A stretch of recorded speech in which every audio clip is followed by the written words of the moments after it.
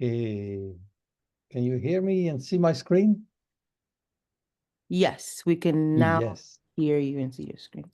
Hey, wonderful. Well, thank you for having me here. It's a bit humbling to be in such a distinguished company and be part of such a distinguished series of speakers. I'm going to try to talk about dismantling toxic ideas on language and education in Africa.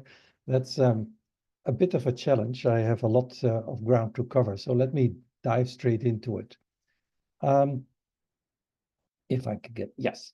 I'll say a little bit about myself and then I'll have a few remarks about how education in Africa started as a background. And then I will look into these toxic ideas that I have roughly grouped into three categories. Ideas that should have been discarded already, but still play a role.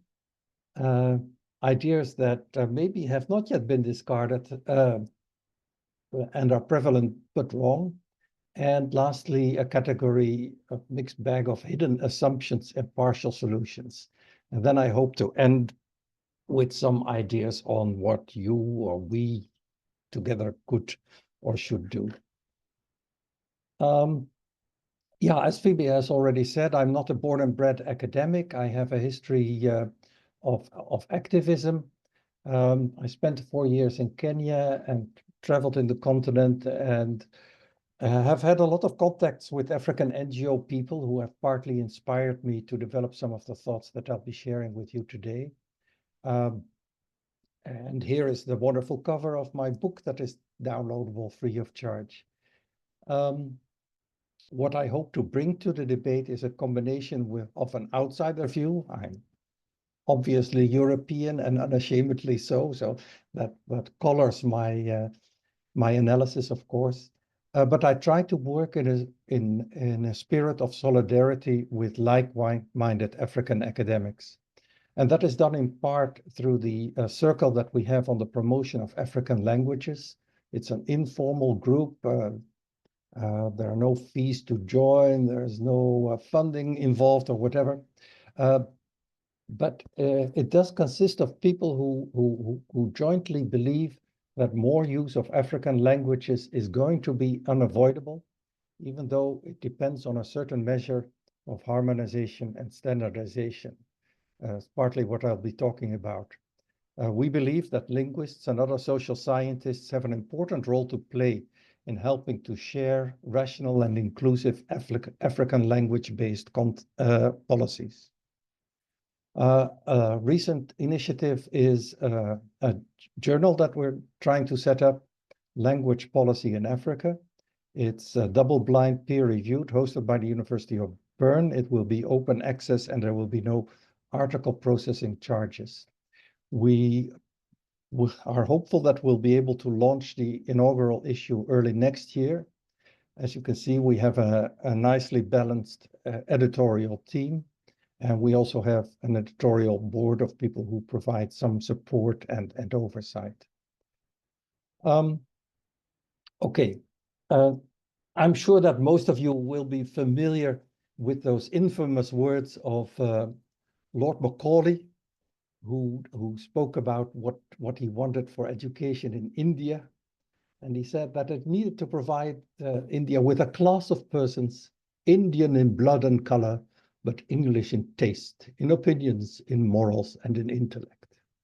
Yes, that's what Lord Macaulay said, but that's not quite what he wanted to do, though. And we needed Homi Bhabha to point that out. What Homi Bhabha has pointed out is that the way education was transferred, let's say, from the metropolis to the colony was never a precise copy. It was never an exact duplicate. The way education was introduced was, yes, as modeled on European education, but also a changed model that was suited to colonial needs. And of course, the first Africans who went through this educational system found this out for themselves. And it's these contradictions that in part probably also created the fact that the first educated Africans were also the intellectual leaders in the resistance against colonization. It means that this simplistic idea saying, okay, in colonial times, we had good education, and all we have to do is to replicate and extend that in the now that we're independent. That doesn't work. On the other hand, it's probably also too simplistic to simply reject the European educational models, at least the way they've been introduced in Africa, because it's important to study exactly what has happened there and to understand this a bit better. And to also understand perhaps that the way education was structured in Europe at the time that colonization started is very different from the way it is now. The past century and a half has seen intense social struggles in Europe, which has influenced education, and it means also that what used to be elite education has evolved much more in the direction of universal education, also in Europe. Okay. We have already known, of course, for at least half a century, at least since 1953, that education in the mother tongue works best. And many authors have repeated that in many different ways, but still not a lot has happened. A key figure for me is Professor Pra, who has argued that using indigenous languages in higher education and other formal domains is key to development. It's a necessity for Africa. And he has also said that due to the way languages are counted in Africa, their number is overstated, and that making use of that fact and of the fact that many Africans are multilingual, it would be possible to introduce these indigenous languages in education in a practical way. These ideas are contained in this nice book, Between Distinction and Extinction. And it's interesting that Professor Macaulay has published already at the time a short article in that book in which he already pointed to some of the problems related to land-art standardization regarding Shona. And of course, he's published a lot on that since then, and I'll also try and briefly touch on that. But since Pra 25 years ago, not much has happened on the ground. Why is this? In part, I think it is due to this complex of toxic ideas that still are prevalent when we're talking to people about language and education in Africa. Three groups, as I've said, ideas that should have been discarded already, ideas that are wrong but are still prevalent, and a number of hidden assumptions and partial solutions. Now, my analytical powers are limited, and I've also tried to, in some ways, be a little bit provocative. So there's no need for you to agree to everything, and I'm actually hoping for some debate on these things. Okay. In short, there seems to be, at first sight, a strong case for using former colonial languages in education. There is the idea that that to give a child chances in life, that child needs to be educated, and that the only way to give a child that education is using a former colonial language. And that therefore parents need to do whatever is in their power to make their children proficient in the former colonial language. And how to do this in Africa is governed by some ideas that I think are now considered outdated, but are still prevalent in Africa. And this is not only good for the child or for the individual, it's also good for the nation, because using these former colonial languages is seen as good for national peace and unity. On the other hand, using indigenous languages is a difficult proposition. There are too many of them. It's impractical, it's expensive, it's divisive, and some would even say that telling Africans that they should use their own indigenous languages is a way to keep them in their place and to prevent Africans from being citizens of the world. And after all, it's not necessary because it's possible to raise children in a bilingual way so that they speak both their own language and a colonial language. Okay. Let's try and see what happens if we look at these ideas in more detail and see if we can dismantle them. One idea is, of course, is that African languages are inferior and not suited to science. I'm not even going to talk about that because it's humbug. It's nonsense. Then there is the idea that the best way to teach a foreign language is by using it as medium of instruction.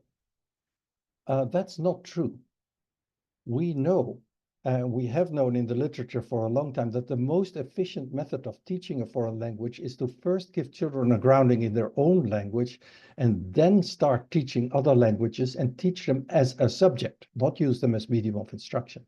The early exit models that we find in many countries in Africa, where the switch is made from the indigenous languages as medium of instruction to a former colonial language after the first few years, that these models are not efficient. They're not the best way to teach a foreign language to children. And then there's the idea that anybody can raise a child bilingually. We know from the literature that that's also not true. It can work under certain conditions. For example, if we have two parents, each with a different mother tongue and who each speak their mother tongue to their children, that can work. A few other ways it can work as well. And then it's good for children generally. They profit from that. However, it's easy not to get it right. And if you don't get it right, it leads to language deficiency. And that's tragically what we see happening in many places in Africa. And then there's the idea that all Africans are multilingual. That's of course a gross overgeneralization. Africa is a big place, and we know that not every African is multilingual, but even the ones that are, you know, you often hear and see statements of the type that, you know, Africans speak 6 languages. Okay, but at what level? You know, can they order a coffee in 6 languages? Can they negotiate the best price in the market in 6 languages? Can they take a university course and write university papers in 6 languages? The answer may be different in these different cases. And it's important to look, it's interesting to see what somebody like Adichie had to say about that, the famous writer.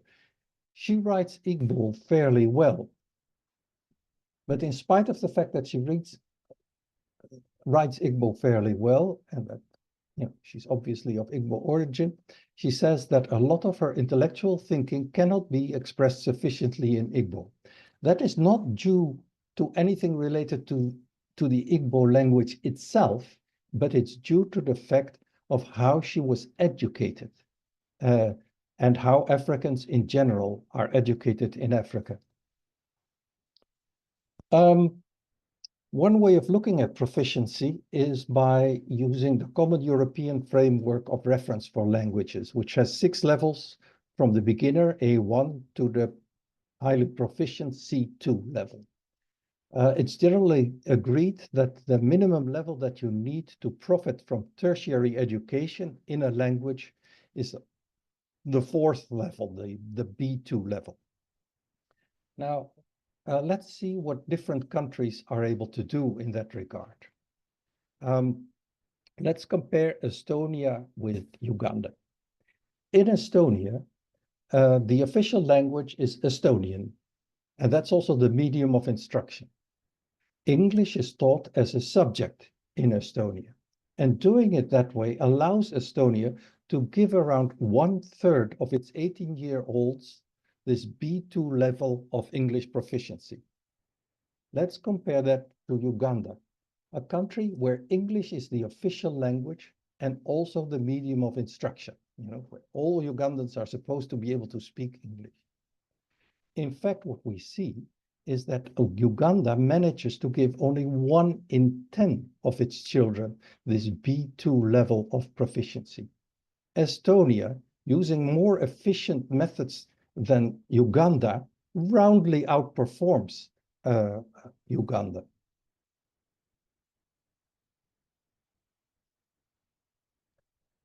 Now, let me turn to the second category, ideas that are wrong but still prevalent. For example, the ideas that these former colonial languages are neutral languages that serve to bolster national unity.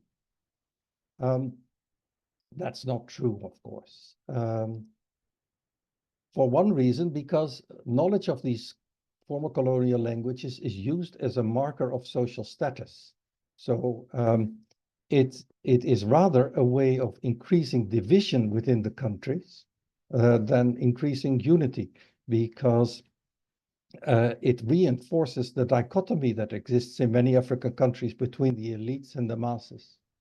And of course, ethnic conflicts, as we have seen, have erupted all over Africa, independent of the official language policies of these countries. And you could rather argue the opposite, as Lara Smith has done for Ethiopia, namely that recognition of local languages and local identities actually fosters belonging and a sense of belonging to a nation. Then there's the idea that, yes, you could use indigenous languages, but you couldn't do it in cities, only in the rural areas. That's the model that's used, for example, in Uganda, where in the rural areas, children start their education in the indigenous languages, but in the cities, they start in English straight away. That's pretty counterproductive, actually, because it makes indigenous language medium of instruction look like second rate. You know, any system whereby colonial languages and high resources are combined are, of course, systems that make the indigenous languages look stupid and look less attractive. And an alternative is possible and is actually being practiced, as far as I know, in cities in Ethiopia, where you have primary schools offering several indigenous mediums of instruction in parallel classes. In many cities, there are only a few dominant languages, so it is possible to offer education in these few languages. And there's a feedback loop there as well, because if parents know that primary education will be available in a few languages, that will influence how they will speak to their children and what language skills they will try to give them. And then there's another difficult set of ideas, namely that if you wanted to use indigenous languages, you would have to use all languages because you want to respect all cultures. You don't want to minoritize anybody or do away with their rights. Partly that's true, of course. There is a relationship between culture and language. However, it's good to realize that it is not absolute and it's not one-on-one, and certainly not in Africa, where a lot has changed since pre-colonial days, and we don't actually know enough about how exactly things have changed. Here is this map that was done by Murdoch in 1959 that most of you will probably have seen, that shows ethnicities in Africa. It is based on colonial data that probably are not trustworthy in the first place. But since then, we have had 60 years of colonialism, 65 years of nation building. What has that meant for cultural differences and similarities in Africa? Is it still the case, or was it ever the case, that you could talk, for example, about 12 different cultural groups, ethnic and cultural groups in a country like Madagascar? This cannot be the case anymore, actually. I've tried to do some work on that, and I've made a bit of a headway, but not very far. And if you're interested in that kind of stuff, here's a reference. Okay. And then there's the idea that learning any foreign language takes roughly the same amount of work, which is also not true. Chumbo, the famous Cameroonian linguist, has already pointed it out. He has said that, for example, for a Bakweri, it would be much easier to use Douala as medium of instruction in the school system because these languages are more closely related. And it's interesting to delve into that a bit more.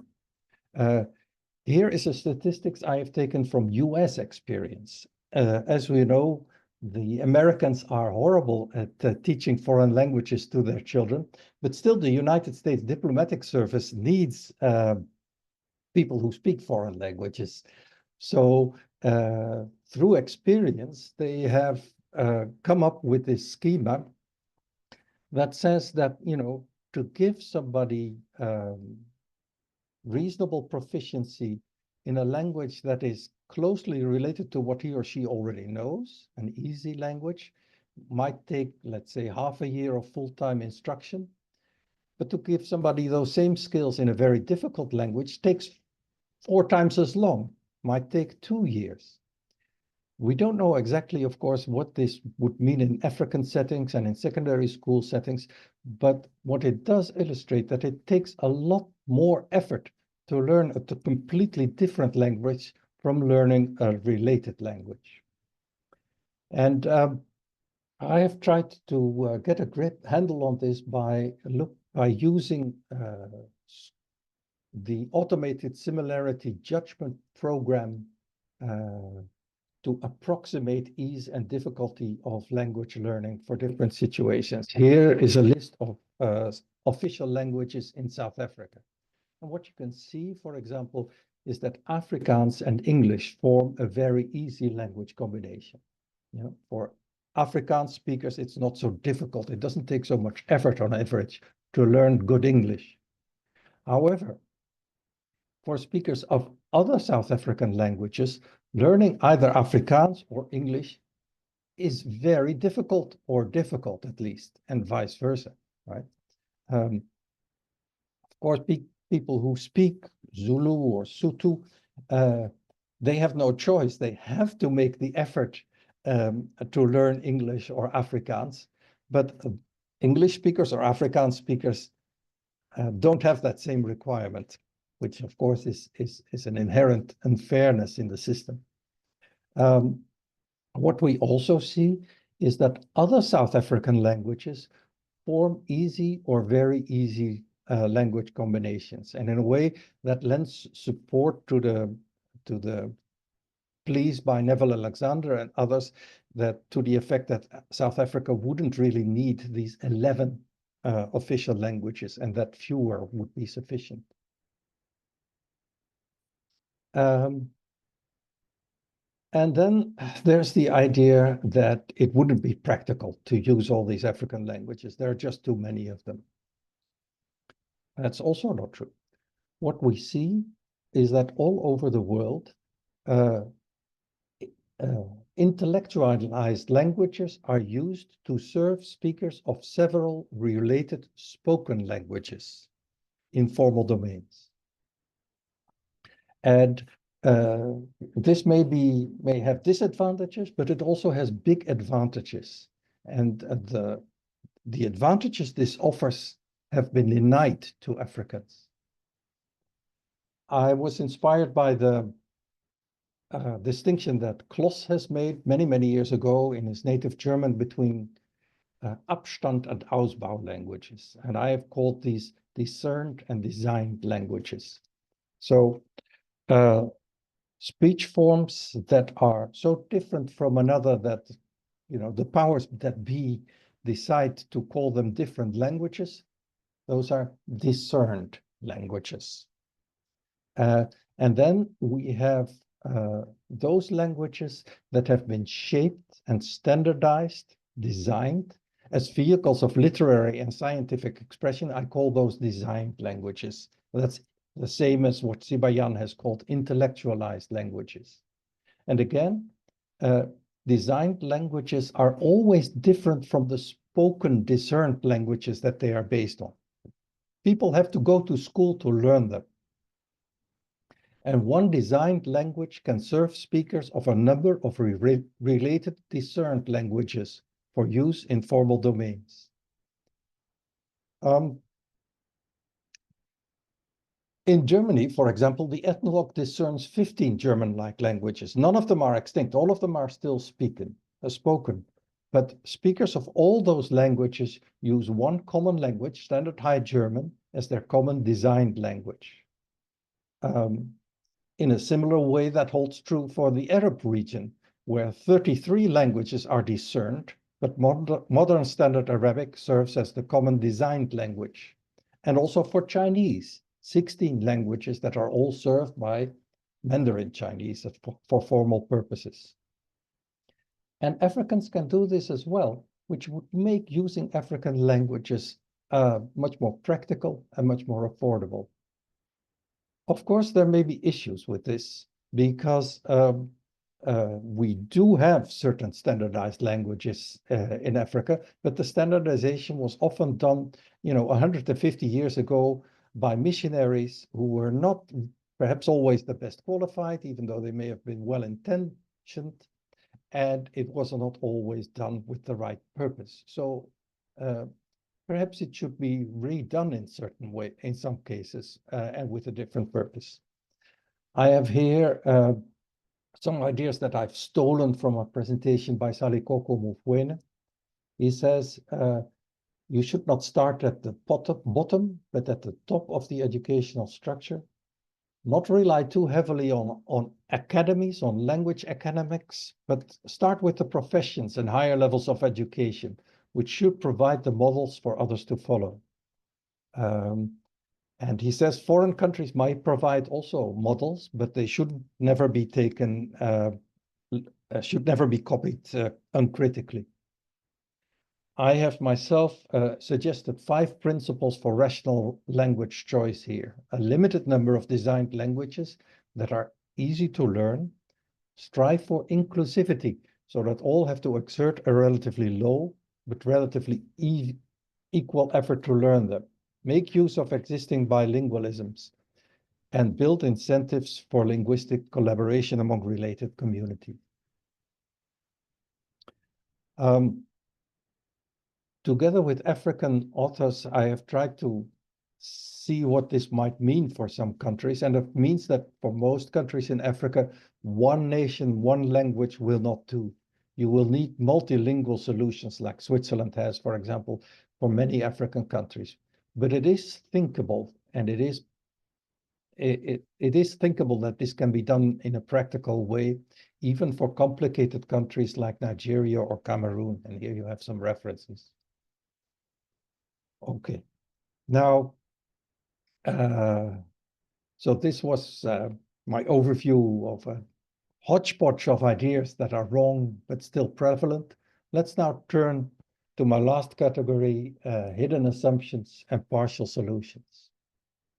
One is that translanguaging might solve the problem.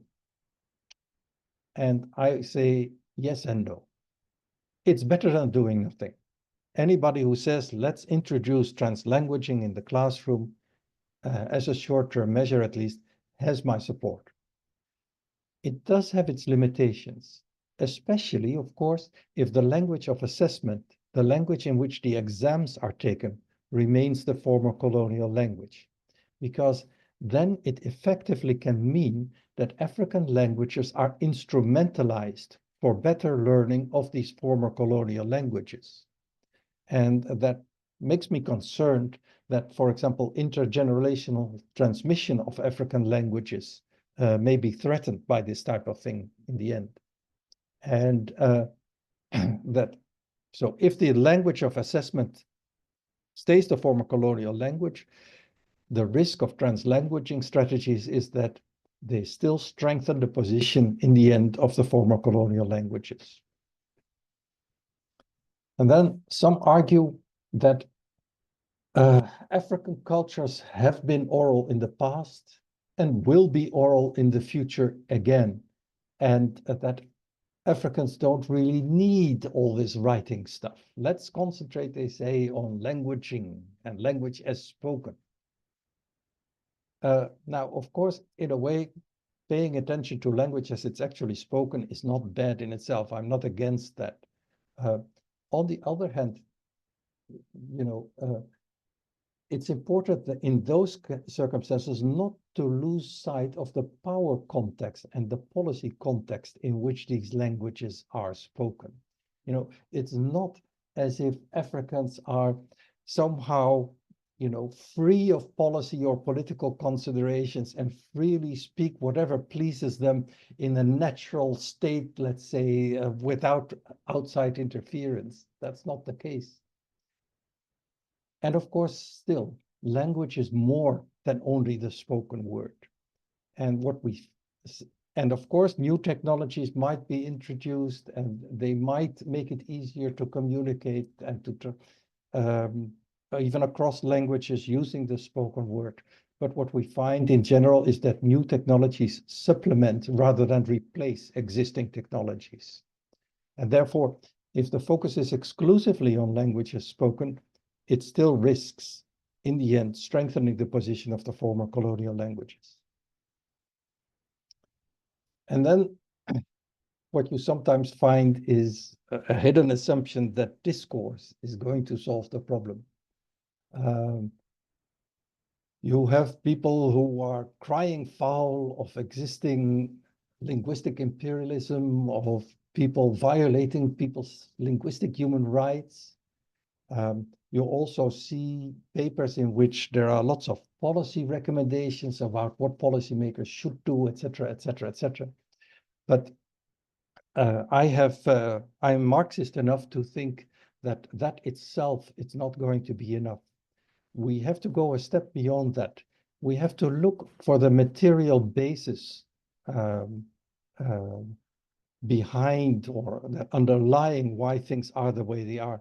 And we have to see where there might be changes in this material basis that could also fuel a change in language policies later on and language ideology. And that is in fact where I see some hope, because there is another hidden assumption, namely that medium of instruction isn't relevant when we're talking about the expansion of education. But that's also not true in my opinion. SDG 4 calls for inclusive education for all. Education in the future will be no longer oriented towards the elite, but towards everybody. Formal education is seen as the key to development. That means, of course, that a change in the content is needed. It means also that all children who receive some education should benefit from it. The idea that if people drop out from the system, they can always go back to their rural areas and engage in subsistence agriculture doesn't hold water anymore. And to talk about that, there's one interesting statistic. The gross enrollment ratio in tertiary education, so in higher education, as published by UNESCO. What we see is that in sub-Saharan Africa, the average participation in tertiary education is below 10%. But there's a big range. There are huge differences between countries, right? From less than 1% for South Sudan to around 30% for Botswana.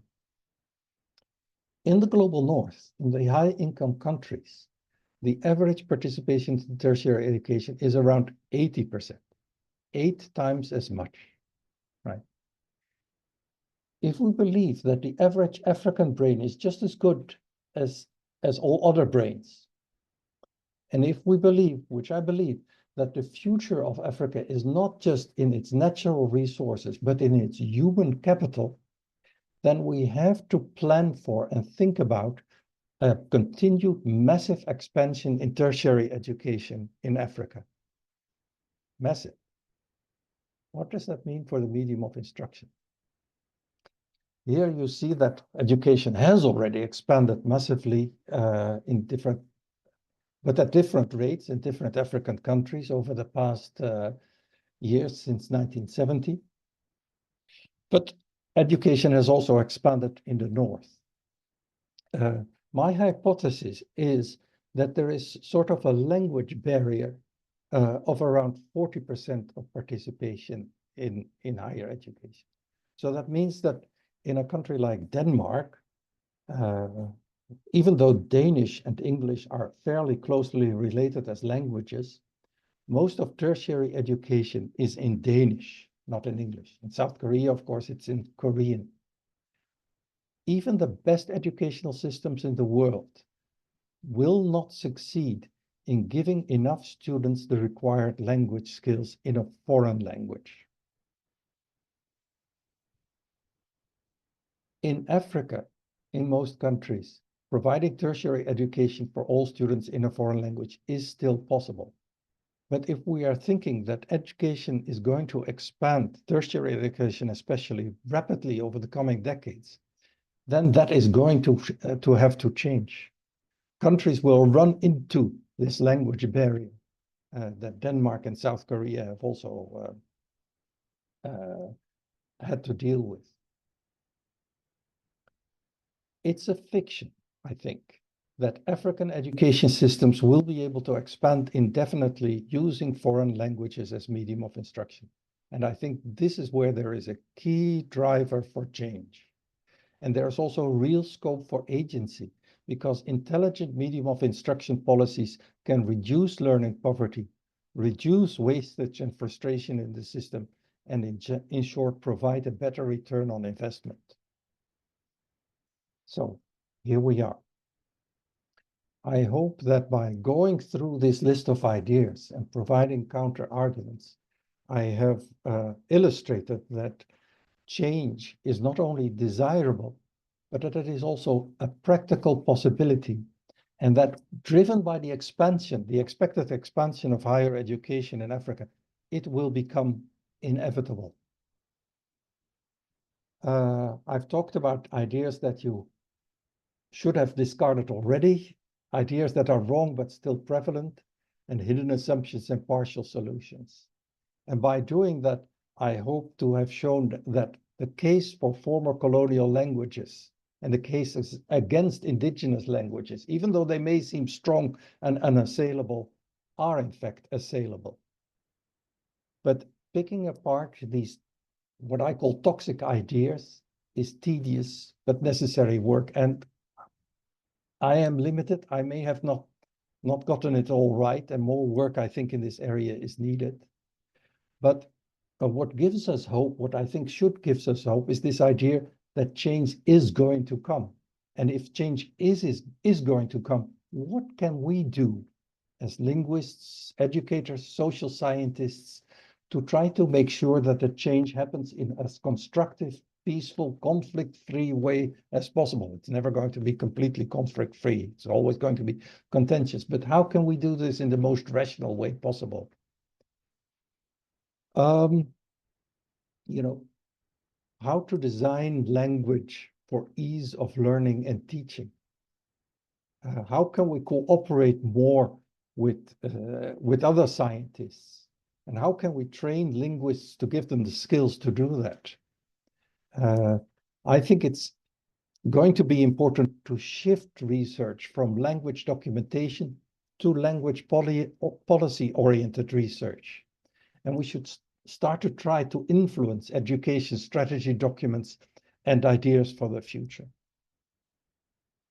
Of course, you're all welcome to download my book, engage with it, disagree with it, join our circle on the promotion of African languages, submit your thinking to the journal, and help spread the word.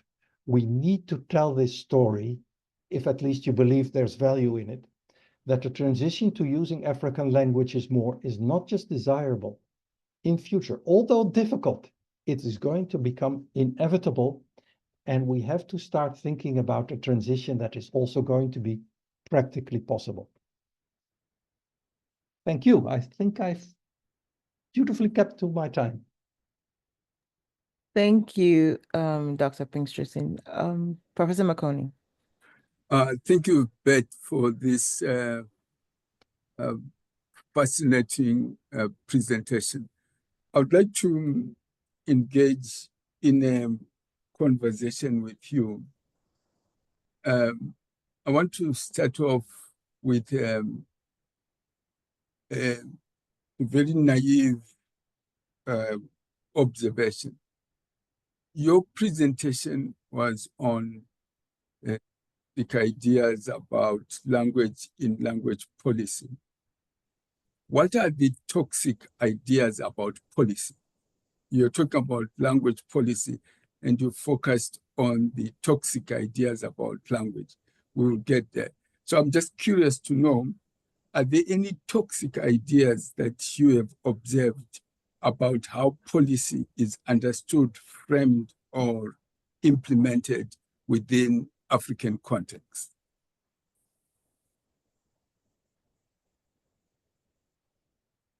Oh, yes, thank you. Well, I think African language policies are premised on certain ideas that I have tried to address in my talk. For example, the idea that African countries need a national language, and that in order to prevent endless conflicts, that needs to be the former colonial language, for example. What I meant was, if we were to bifurcate policy from language and say, what are the ideas about policy that you have encountered that you think need to be discarded, that need the hidden assumptions that need to be challenged? Because you may have a desirable view, but a highly suspicious and skeptical or weak understanding of policy. So I'm interested in what your understanding of policy is within this language policy debate.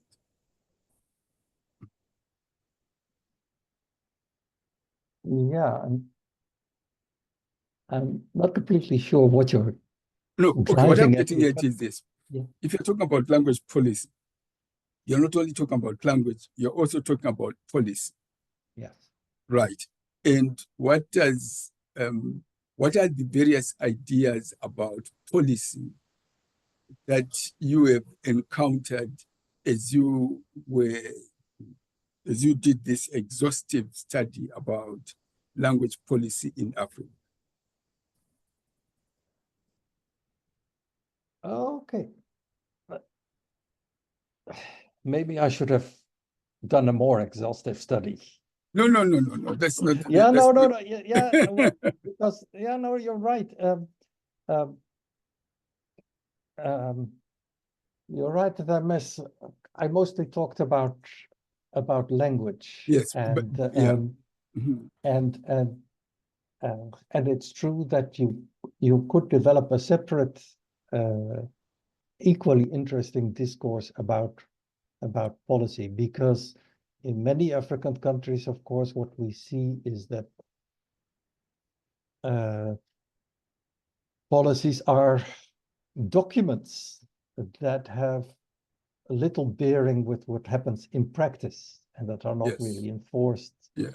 And we also see that policies tend to change when regimes change, but again, sometimes causing different degrees of confusion in countries, but not really leading to all that much change on the ground. That's true. And in that sense, I may be prejudiced, so to speak, by European experiences, where policies that are promulgated are often also actually followed up. Okay, that then leads me. Is this what you're referring to? Yeah, what I'm interested in is your understanding about policy in this African context. There must be different typological understandings about policy, right? The one that you have talked about now, for example, where what is written in the documents is not necessarily what is implemented, is one way of understanding policy within an African context. And I would say that's not a totally bad idea, but some of the government's ideas are pretty bad. So what they write on paper and what they do may be very different. So we need, I think, not only sophisticated ideas about language itself, but about what policy means. Because what has happened in the history of this discipline of language is that we tend to talk to each other, but not to other policy makers. We don't talk, let's say, to the foreign policy groups of people or economists or whatever. We are in our own corner. So I think the limited impact of language policy issues in Africa, partially because we have cut ourselves off away from other people who are engaged in policy. Let me give you a concrete example.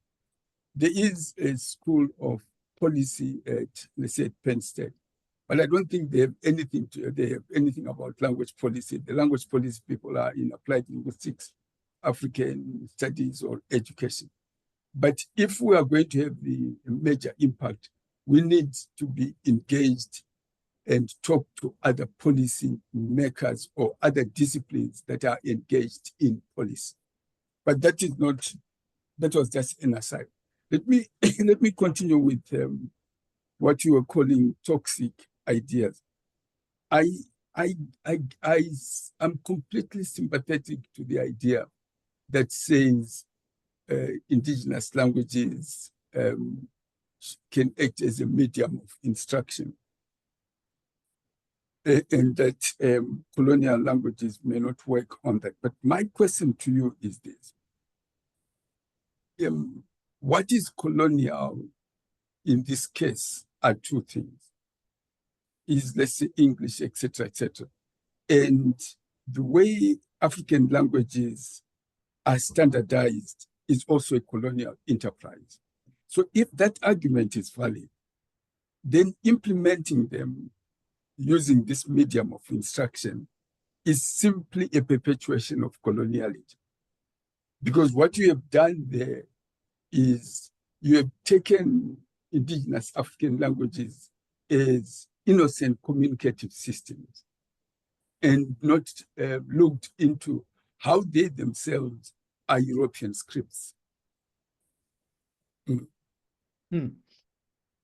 That is a toxic idea. If it's yeah. So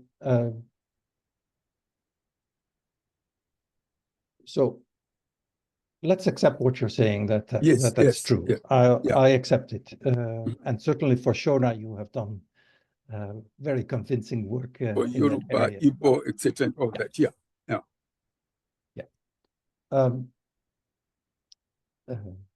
Then you can go about it two ways. Yes. You can either say, let's abandon this standardization exercise. Yes. Okay. Or you can say, let's standardize, but in a better way. Yeah. Yes. So, and yeah, yes, I'm of the second school. Oh, you're of second inclination. Yeah. Oh. Okay. Yeah. No. Yeah. And it's partly also because, even if the standardization that was done was a colonial enterprise, etc., that doesn't make it completely useless either yet, right? It may have some good elements anyway. And of course, the other thing is that there must have been, I'm sure there have been in certain places of Africa, attempts as doing standardization the African way, which were cut short or suppressed during colonial times. And perhaps it's possible to return to some of these things. Yes, it's possible. Yeah. My intellectual inclination is not to re-standardize them, is because my view is if the philosophical basis on which the standardization was wrong, re-standardization does not make it any correct, but is to abandon standardization and to begin to ask yourself, is it possible to have a sociolinguistics which is not constrained by standardization. And that is a completely different intellectual universe that comes up altogether, right? Right. Because the standardization is not only a linguistic phenomenon, it is a standardization of a way of thinking about what you are doing. Right. That's why I tend to push back against standardization, that it's not simply a linguistic phenomenon in which you are trying to reduce variation, etc. It is a way of reducing different ways of thinking and reducing what you can call the emergence of repertoires of multiple perspectives on a phenomenon. And what is required is policy issues which don't have standardization as a way of thinking as central to what they do. But in my view, a standardization is not a reduction, but rather an addition to existing repertoires, because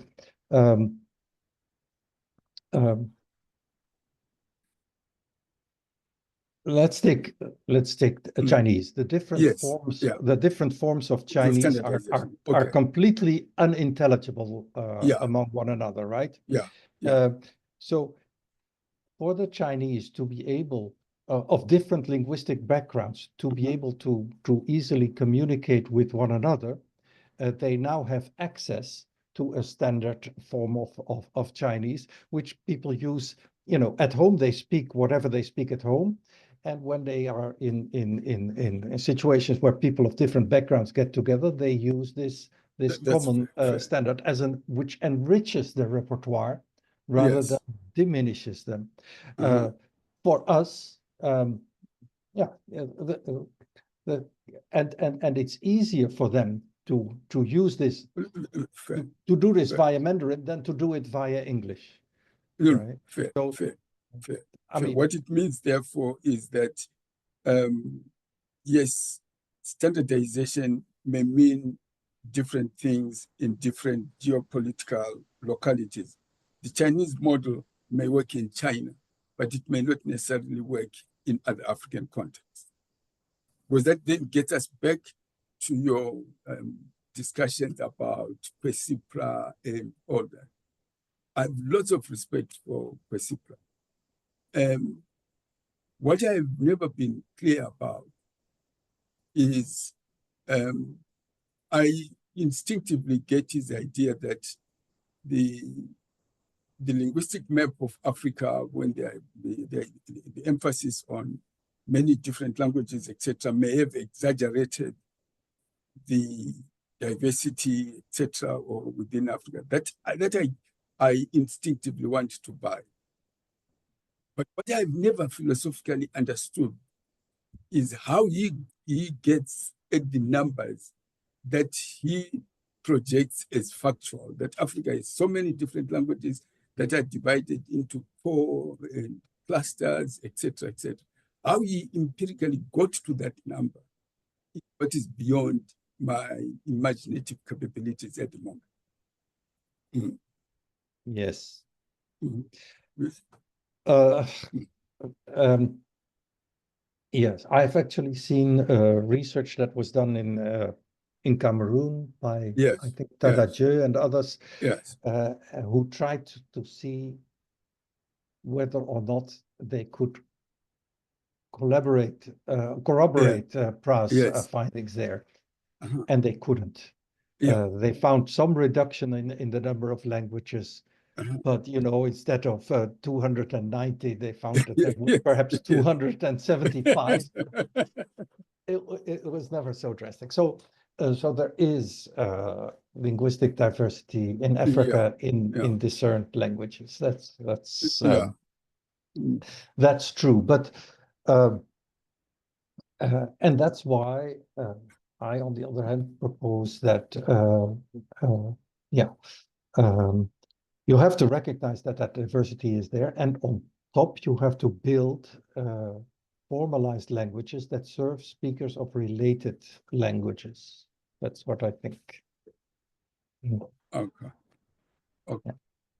Just like in China, where we have 16 different languages, or in the Arab world, where we have 33 different languages, and where on top of the spoken languages for formal purposes, we use a language that is, that people have to learn. That still takes work, that you still need to go to school for, but that takes a lot less effort than learning, for example, French would take, or learning English would take. And that therefore allows access to these forms of international communication and learning to a much larger group of people than is currently the case. Mm. Mm. Mm. Yeah, I guess so. I guess so. Yeah. This is my last comment, and I'll hand over to Phoebe. I think your project is quite fascinating about the promotion of African languages, but I think you're putting the cart before the horse, in the sense that I think if the other aspects of people's lives are improved, etc., the issues about language will take care of themselves. Right. I am not convinced at the moment that we can promote these languages as much as we want, but the socioeconomic differences between people within Africa and issues about poverty will continue. I don't think they are a linguistic phenomenon at all. They have linguistic consequences, but I don't think being around and say you are trying to promote this in order to address issues of poverty will get us where we want to. But anyway, that's my naive view. Let me hand over to Phoebe. But Right. can I just jump in about yeah. this? We don't need to decide which is which. No, we don't. I think But probably those two processes go hand in hand and reinforce one another. Yes. I think you're right. I think both processes need to reinforce each other. There may be some groups of people who may focus on the promotion, others may focus on poverty reduction, etc. And from a Marxian perspective, the two may dialectically reinforce and create another future. Yeah, that's true. Okay, let me hand over to Phoebe. I know Cecile wants to say something. I can see from her. Right. Thank you very much, Professor McConey and Professor Pinxteren. We have a question, and then Professor Spears, you can verbally talk. Thank you. The question is from Claudius Kihara, and they say, thank you for this informative and insightful talk. From a Kenyan context, they support the use of indigenous languages in tertiary or technical institutions. In fact, the students there are of average academic ability, according to Kenyan standards. However, the focus is now on exporting them, and I'm guessing that them is the students, to the Gulf countries and possibly to the north. How can we reconcile these facts?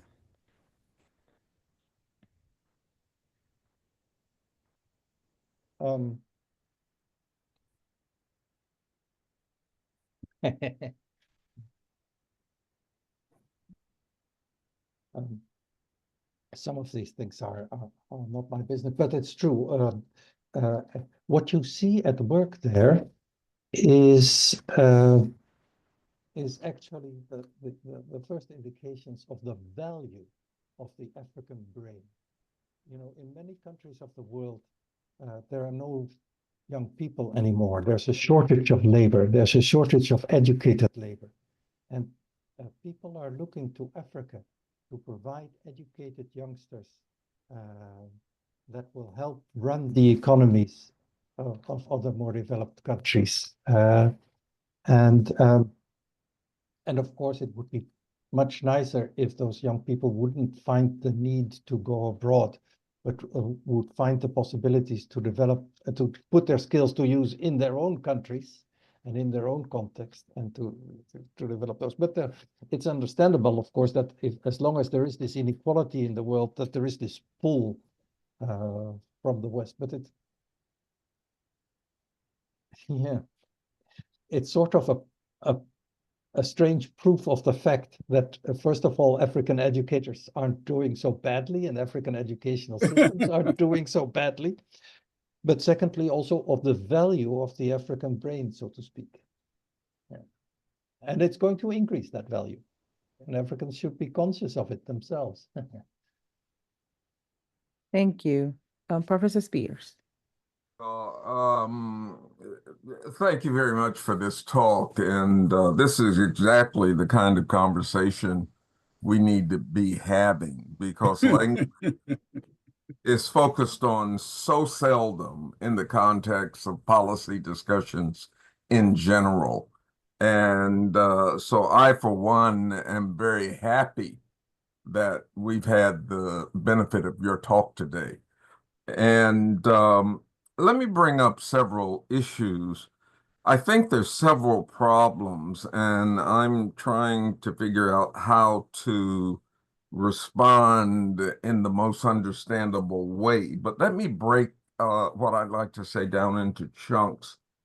Number one, there's a lot of talk against standard language or standard language variety, standard dialects. But I always put forward that standardization is part of modernity. And I use the example, one of the great advances in industrialization was the standardization of parts. Okay, you're going to build a rifle. You can have the parts made in Ohio and some of the parts made in Ohio, some of the parts made in Wyoming, and then you bring them together in Missouri and you make your rifles. And how is that possible? Because you have a standardization of parts. And they're in the modern complex state.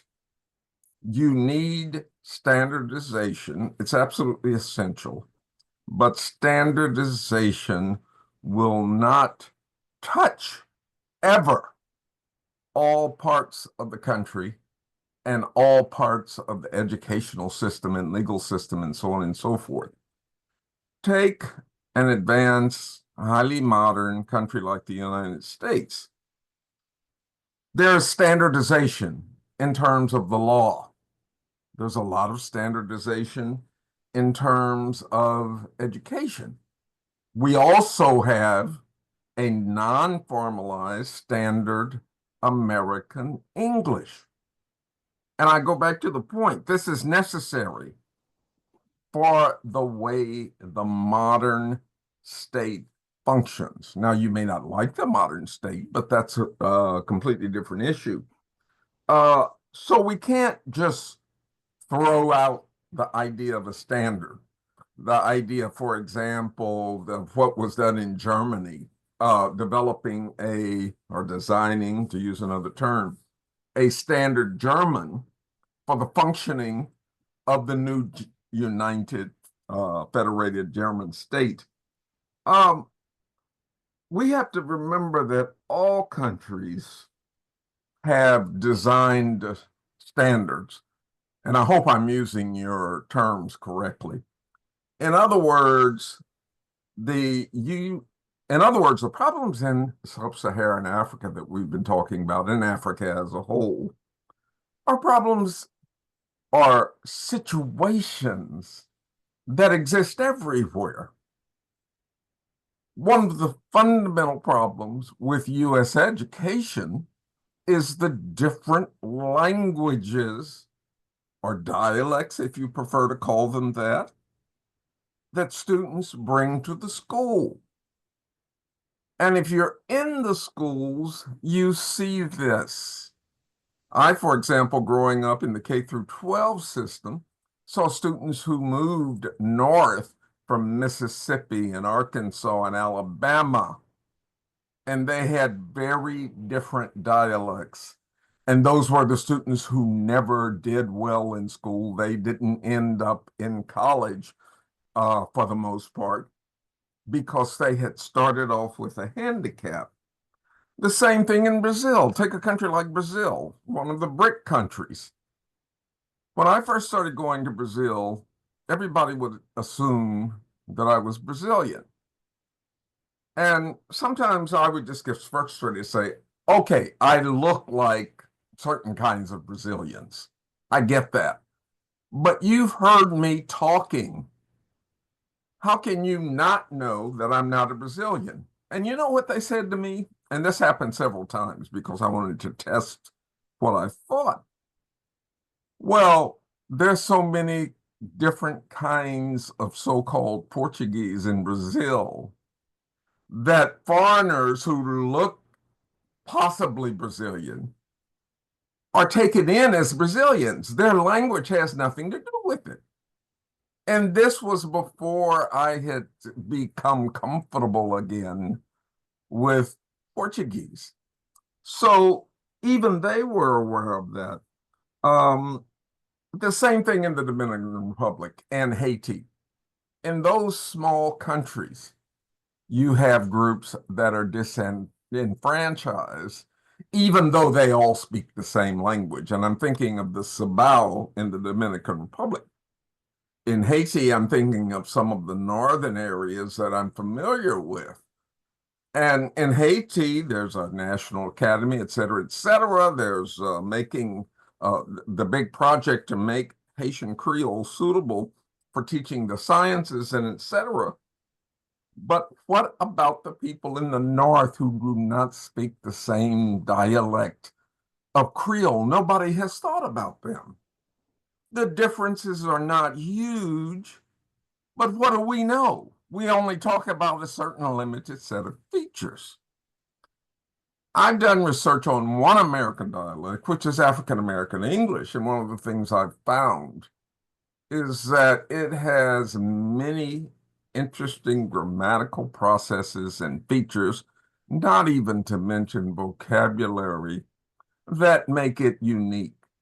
And then it is broken down into many sub-varieties. How does the United States get away, a country like the United States, get away with not developing a coherent and science-based language policy for its schools? It is so big. The U.S. is so rich. It can afford to waste human potential because it will always have enough human potential for its imperial goals. Same thing with France, and so on and so forth. But a poor country needs to build the human resources to do what they need to do for the modern, industrialized, technologized state. They cannot afford to waste human potential. So what I'm saying is big states like the US, France, and all of the colonial powers have the same language issues. I'm not saying to the same extent, but definitely the same language issue. I've known Finns who've moved from the far north. They speak something called Finnish, but when they go south for education, secondary and tertiary education, they're in trouble unless they come from a higher echelon family where the parents know the standard and so on and so forth. That's the same story we hear all over the world, regardless of whether it's Africa or someplace else. The third thing, I want to sort of obliquely respond to Sinfree's, one part of Sinfree's intervention. And I always say, you have to remember, we can't throw out the baby with the bath water. Just because it was something brought by colonialism doesn't necessarily mean that we have to reject it as bad. In other words, we have to sort and sift through all of these colonial practices and ideas that were brought to us in so-called less developed countries and figure out which ones can be salvaged, which ones can be salvaged with modification, and so on and so forth. But we have to be very careful about throwing out the idea of a standard language because it's related to a whole complex of standardization that is fundamental for the existence of the modern state. I think I've made all the points that I want to make, so I'll stop there. Oh, I have one question. Whatever happened in Tanzania with Swahili? When I was keeping up with it, I believe Swahili was being developed as the African language and also the national standard.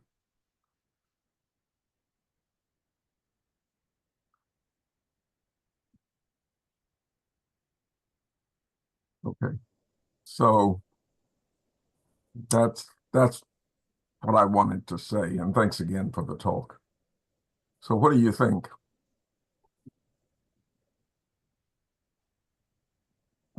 Shall I respond briefly? Yes, please, Yeah. you can go ahead. Yeah, so basically, I think we think along the same lines. So I'm not going to spend a lot of time on that. Where I do think you make an important point is when it comes to how we deal with standardization and how we deal with people who do not conform to the standard. The way in which this has been done in many parts of the world, including in the United States, is, I think, not very efficient and not very fair to the minoritized speakers. Because instead of saying to people, okay, you speak a legitimate variety of the language, for example, American, Afro-American, and there's nothing wrong with that, and that's good, but you need to enhance your repertoire by also learning a more standard variety, and we're going to help you do that. What is being said is that people are being told, no, the way you're speaking is wrong, it's inferior, you're speaking a stupid way, you should stop that, etc., etc., etc. So if we recognize that there are several, let's say, discerned languages that are served by one designed or formalized language, then we can also say, okay, then we have to make an effort to cater to the needs of the speakers of those different discerned languages, because they will be different for each person and each background, and you need to take that into account and not criminalize people, so to speak, for belonging to a minority. And the other thing that is also related has to do with the way in which standardization is done, because it in theory could be that it could be done in different ways. You could do it in such a way that that is very prescriptive. That's saying, okay, there's only one correct way of writing things. There's only one correct way of saying things. But you could also say, no, the standard is tolerant of different varieties. And, you know, in the same way that, let's say that we tolerate that standard English and standard American are slightly different from one another. So that's where there is room to play, and where there's also room for creativity, also in Africa.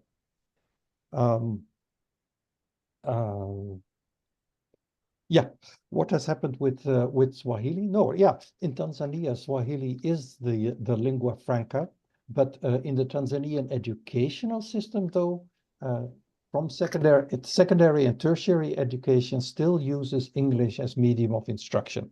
It's becoming increasingly difficult in Tanzania, but that's the little I know. But there must be people here who know much more about that. Thank you, Bert. Professor Marconi wants to respond to Yeah, standardization. yes. Arthur, let me clarify a couple of things. I think it's important to distinguish between standardization in terms of technology. I mean, the examples that you were giving about how, let's say, making a rifle and the various parts have to be standardized, that is in the area of technology. But it is not necessarily the case that models that are relevant in technology, etc., are directly applicable to language as a human phenomenon. What I would agree is that there are different ways in which standardization can be carried out.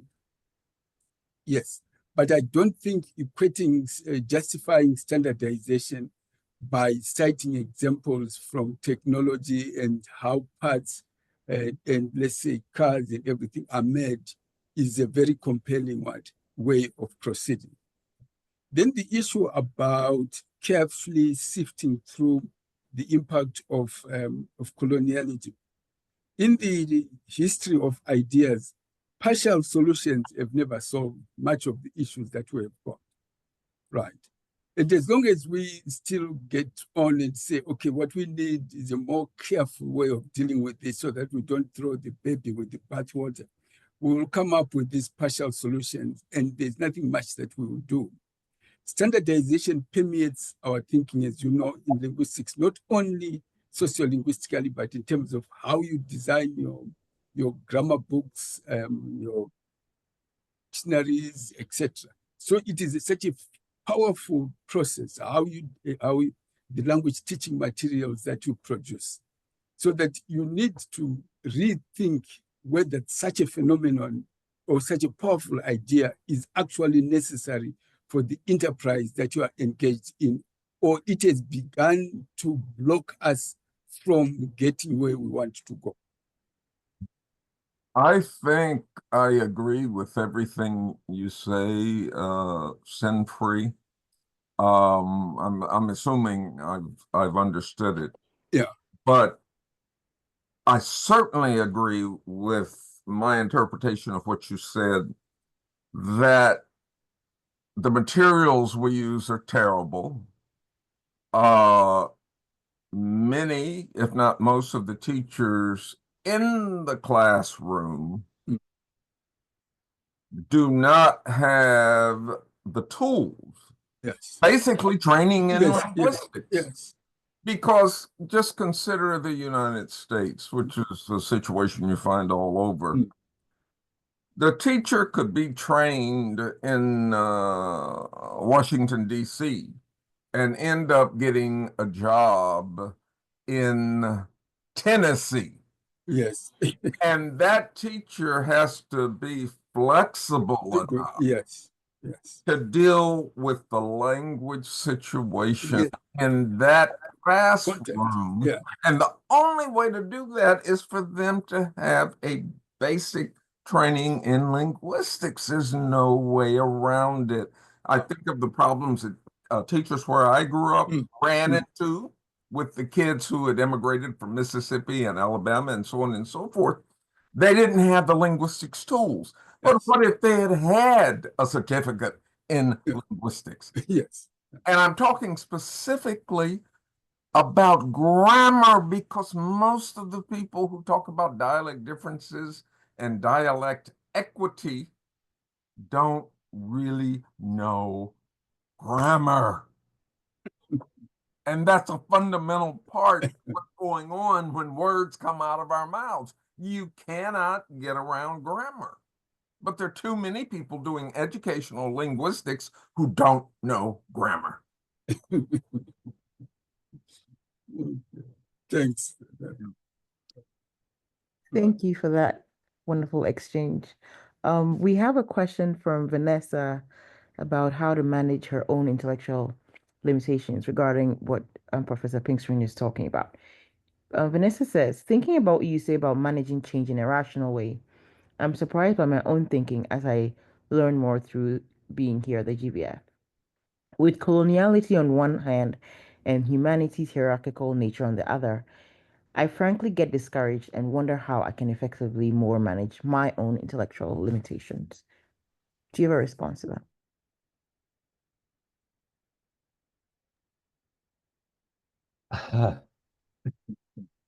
I wouldn't dare to.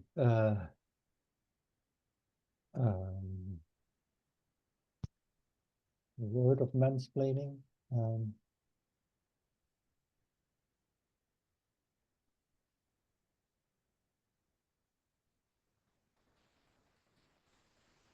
No,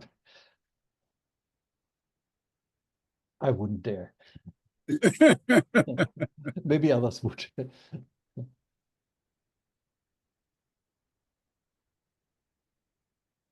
Yeah, let's move on to the next question. Okay. The next question is from Sangeeta, who thanks you for a fascinating talk and has a question and says, this might not be a relevant one, but given human mobilities, including what digitalization does to our communicative condition, how can educational sciences be brought into your equation? Learning and socialization in children's multiple repertoires inside classrooms can scarcely be reduced to more finely tuned policies. Yeah. So,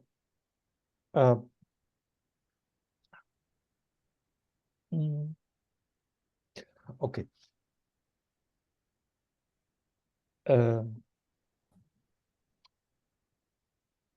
What I would like to say here is that what I was taught in partly by feminist thinking actually is that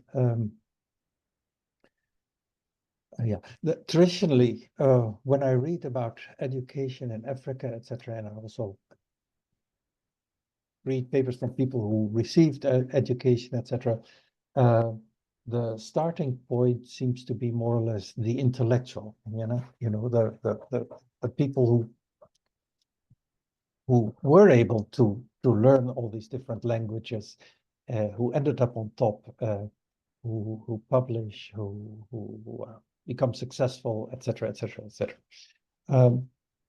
But I think when we think about education, we need to take as our starting point those children who are more challenged, who have more difficulty in learning, who are perhaps not so motivated or whatever, who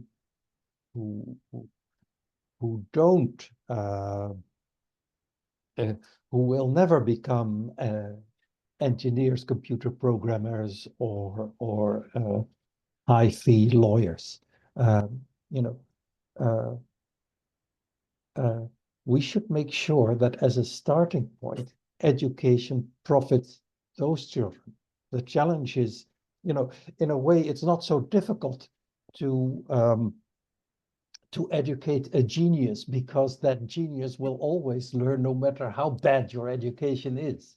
The real challenge is to design education in such a way that even those who are not so talented, who are not so interested, who don't have parents who can buy expensive private tuition for them, how they can get the most out of education, how it can be useful for their lives, how it can make them more productive members of their societies.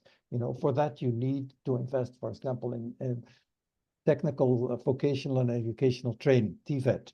And you need to think how to structure the education from there upwards. And that means that you need to think about, okay, what barriers are there for those children? One of those barriers is, of course, language. So you need to try and see how you can stay as close as possible to those children as you can, and then give them opportunities as they, gradually to grow. And of course, some children will learn 6 languages. Some children will go very, very far. But even those that do not should still profit from the education that we design for them. And for that, you will need indigenous languages. I'm not sure if I'm answering Sangeeta here, but that's a reflection I would like to share as a basis of her question. Thank you. Sangeeta, do you have anything to add to that, or is that enough? Well, and with no response from Sangeeta, there is a plug for a chapter in the upcoming Palgrave Handbook of Decolonizing the Educational Language Sciences, which Bert has written that Sangeeta has edited. So you're encouraged to check it out. Is there any other questions from the room? I wanted to throw in one other thing that we haven't really touched on, and it's the corporatization of education that's going on to some extent, it appears, all over the world. One of the things I've noticed in U.S. education, and I think it's going on elsewhere, is the change in textbooks and technologies that are used in the classroom like every 3, 4, 5 years. And when you have powerful groups that are trying to profit off of the process of creating human resources for the nation, then the process is going to be skewed. It's going to go off track. It's going to be derailed because you have different goals. You have a profit goal over here, and then you have the goal of training individuals over there. So there are forces, and this is where I can sum up my point. There are forces, very strong forces, that are working against the kind of development of human beings for contributing to the state. And we have to take those fully into considerations when we talk about this. One last thing quickly. I remember one educator that I'd known a long time. She was a relative, and the textbook people were coming to town to sell textbooks for the next year. And she was one of the people who had to say what textbooks were going to be used. And there was one textbook guy that came to town that wined and dined all the teachers, took them out, all of this stuff. And she said she was going to buy his textbooks. And my ethical foundations were shaken by her response. And I said, well, how could you do that? Simply pick the textbooks based on who was selling them. And she said the textbooks have very little, if not nothing to do with the success of the teaching. It's the teacher. A good teacher can take any textbook, any tools or no tools, and teach the subject matter. And that has always stayed with me in thinking about the corporatization that is so horrible, at least in U.S. education right now.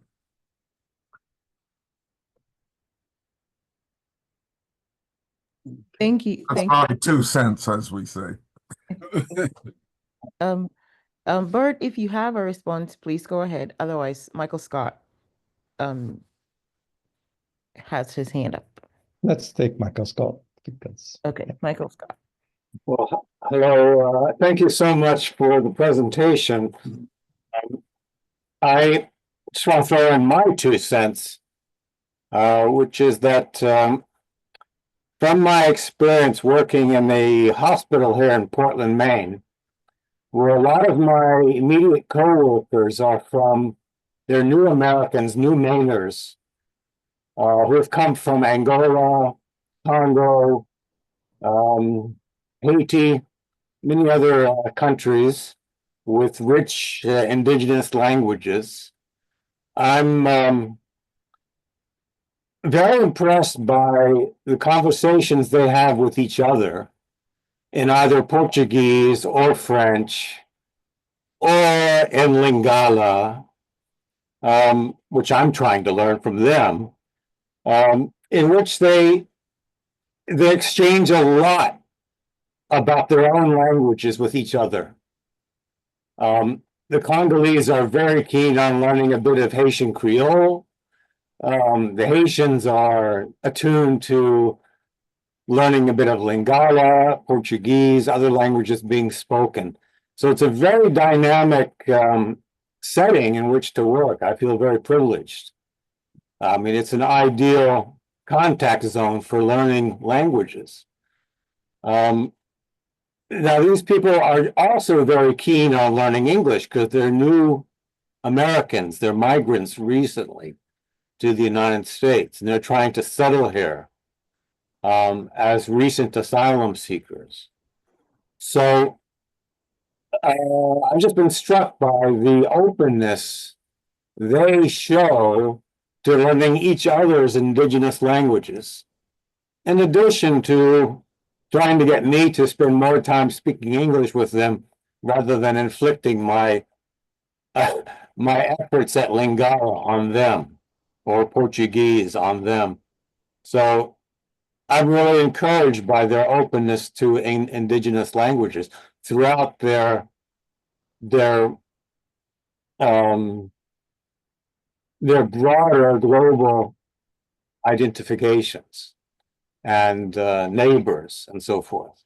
So I want to thank you again for the presentation because it's really helped inform my thinking about my day-to-day experience working in concert with them in this hospital that I work in part-time. Thank you. Well, thank you. That's an unintended effect of my presentation. I never thought it would profit hospital workers in Seattle. It's true, of course, that many people enjoy language learning, and I do myself. Language learning is fun, and it's also fun getting to know the people who speak those languages. What we have to keep in mind, though, is that it's one thing learning a few words in a number of languages, right? Ordering a coffee in a language, as I talked about. It's quite another learning a language to such a level that you'd be able to write a university paper for sociology class in that language, right? So, and if we're talking about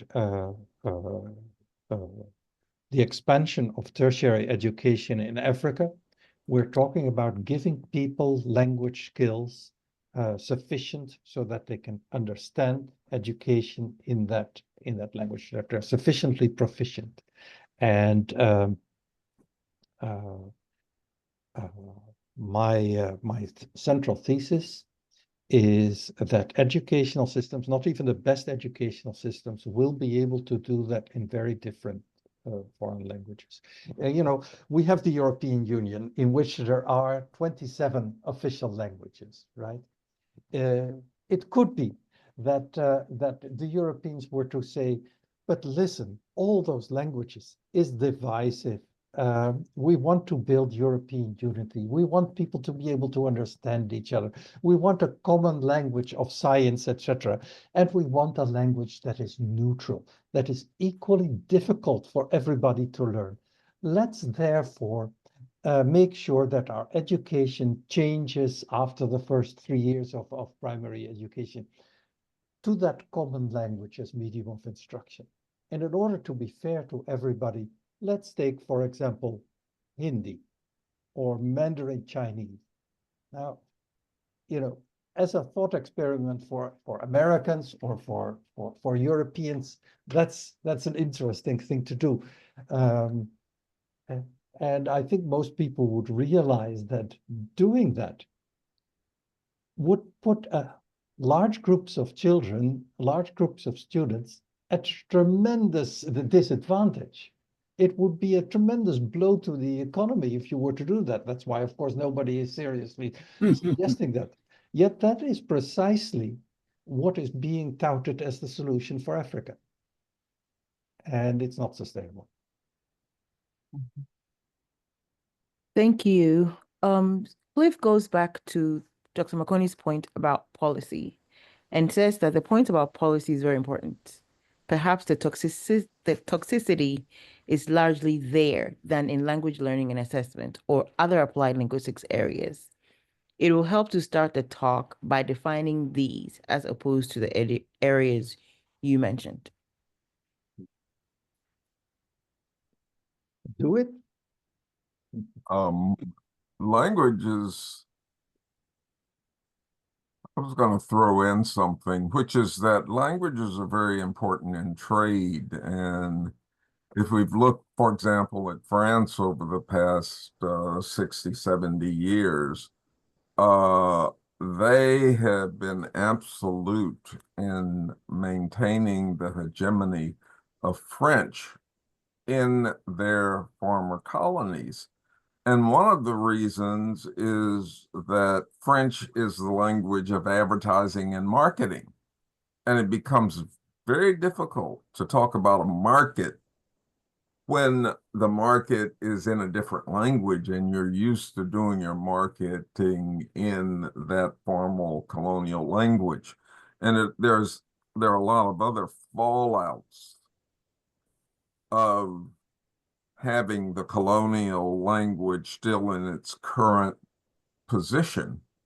So what I'm saying is that there's a lot of pushback against the kind of endeavor that we've been talking about this morning from capitalist interests outside of the country, including formal colonial powers.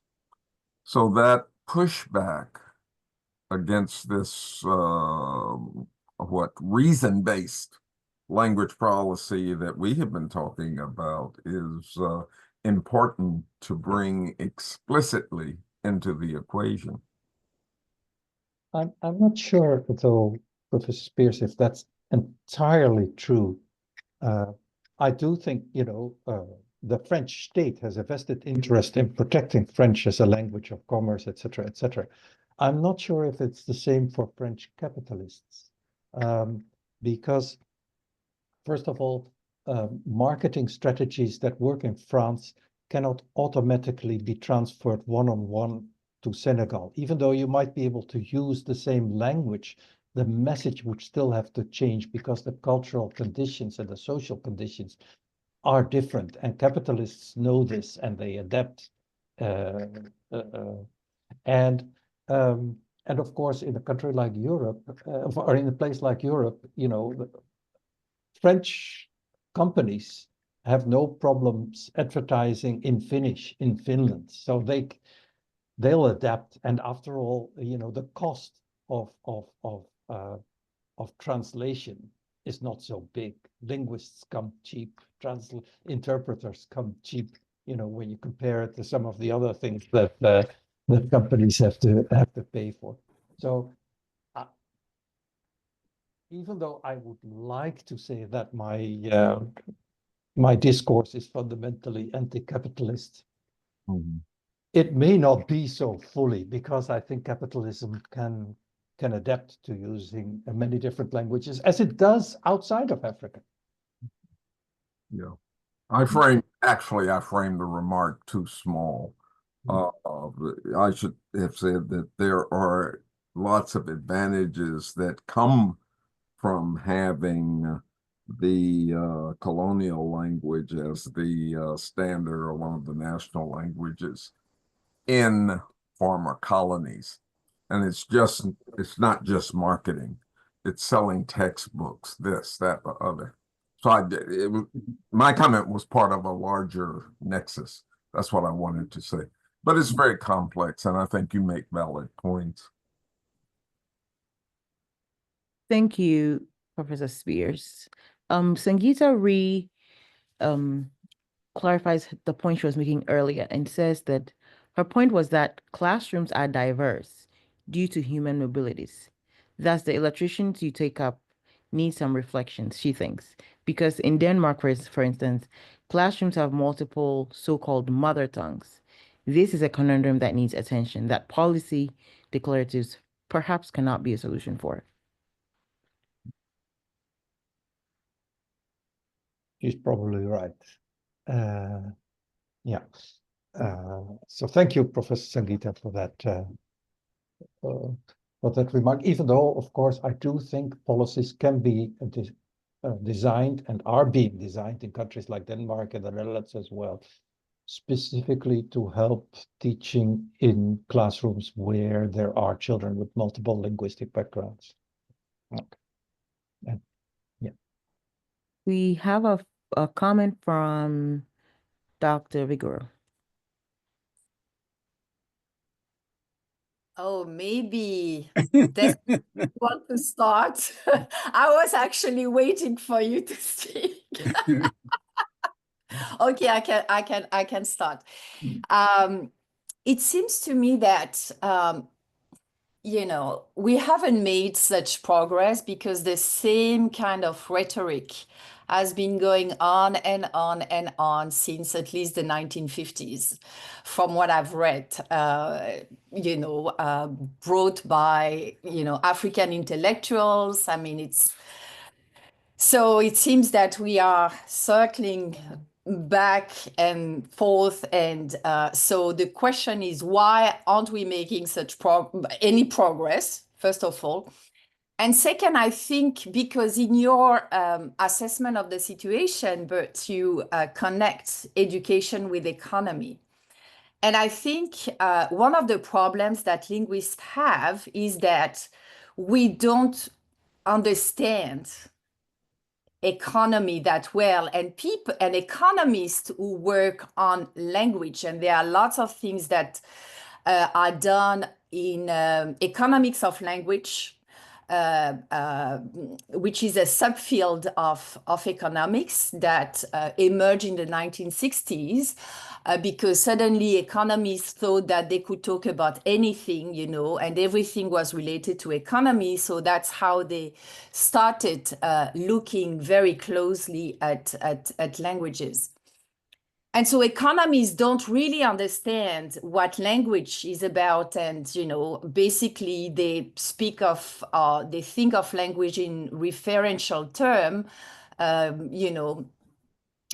erasing all the complexity and lexicalities of the language, which is not very helpful for us. So my question is, I'm wrestling with a lot of ideas right now, but the question is, what I wanted to say is that a lot of scholarly work has focused on schools. From my reading of the literature, there is not much about language at work in Africa, So basically, work settings haven't been really explored. And this is really what is missing in order for us to understand the relationship between economy and between education and work. And in countries where, and I think we already had this debate, the two of us, at the summer school 2 years ago, in countries where the majority of the economy is informal or vernacular, so what kind of question does it pose for education? And people, unlike what is usually believed, people don't resort to informal economy because they cannot go to formal economy. Some of them do, but there are others. It's far more complex than we think. So my question is, it seems to me that the ways in which we think of education language is very much framed by an understanding of economy that is, quite valid in the global north, but not very valid in the global south, and certainly not in sub-Saharan Africa. And I was very surprised that you mentioned the European framework, because it's highly problematic, the ways in which languages and proficiencies and you know, is assessed, and all these categories, and you know, it's filled of ideologies about what proficiency is, what languages are, etc., etc. So my question is that, not a question, but my comment is, you know, it seems that the way we think is not, you know, really helpful to understand the language situation in Africa. And you know, what is your take on that?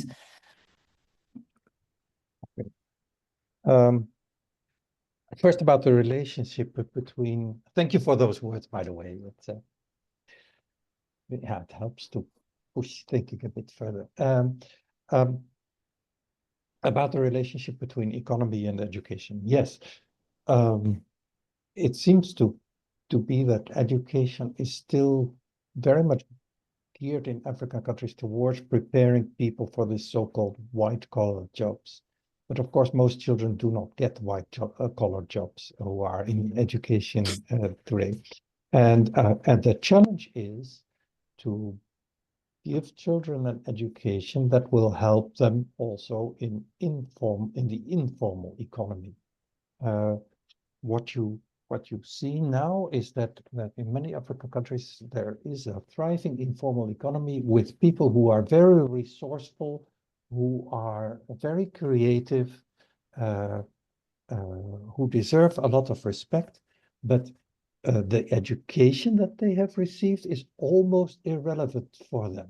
You know, language-wise, they use their own languages and not what they have been taught in schools. And also skills-wise, the skills that they use in school may not be very relevant for them in their informal jobs. If the schooling would be reoriented in certain ways, so that people would learn skills that are relevant for the informal economy as well, learning about marketing, learning about tools use, etc., learning about bookkeeping, and doing that in the indigenous languages, in the languages that they will also use in the informal economy, that would probably make both the informal economy and the education that much more relevant and productive.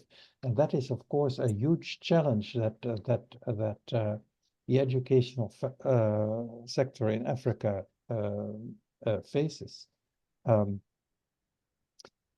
Yeah.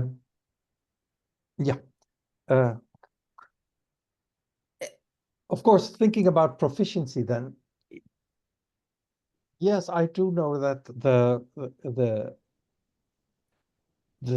SEFR framework might be problematic, but I don't have other instruments at the moment for addressing some of these issues. And the issue of, you know, what Cummins used to refer to as basic interpersonal communication skills and cognitive and academic language proficiency, you know, those kinds of issues, I think are still relevant also in African settings. You know, as what Adichie said, how can you educate people so that they can express themselves intellectually in their own languages, so to speak? Yeah, so I need something to try and address these issues, even though it's imperfect. But that's but of course, if you can develop something better, you're welcome. Thank you, I'll be Bert. the first to use it. Yeah. Yeah, sorry, Desmond. I just want just a quick point before you take the floor. Bert, I've been working with people involved in informal economy, and believe me, they know about business plan, they know about keeping. So we shouldn't underestimate, you know, these people. They are pretty skilled. So maybe what we need to do is rethink what we understand by skills, but what we understand by work skills, you know. And I think the problem is not them, it's actually our problem in paying justice or to the skills that people have and that they deploy in their day-to-day economic life. That's thank you. Thank you, Cecile. Desmond, you can go. Thank you so much for all of that. And Cecile, I'm glad that I shut up and let you go first, because I think you've made the essential point I was reflecting on more eloquently.